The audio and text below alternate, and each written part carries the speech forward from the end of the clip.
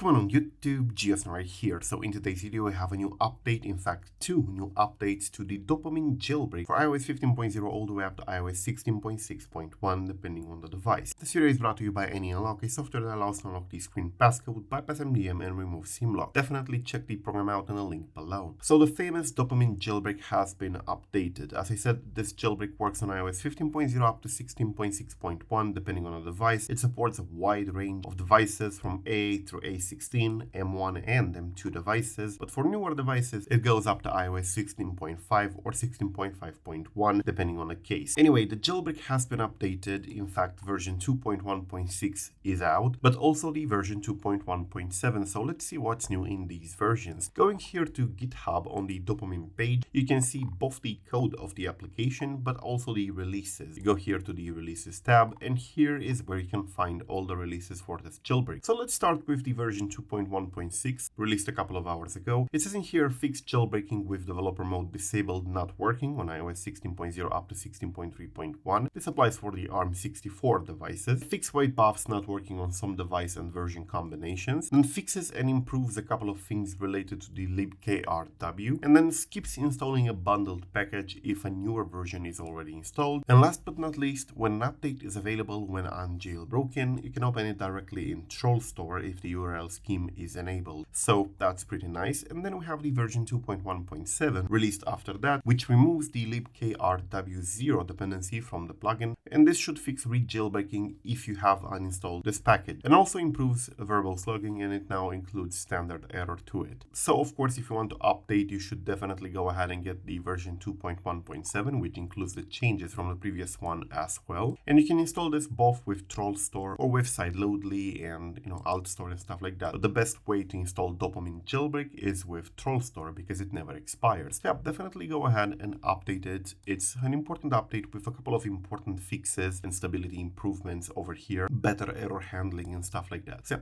thank you for watching. I am Giasno. Till the next time, subscribe to stay updated and peace out.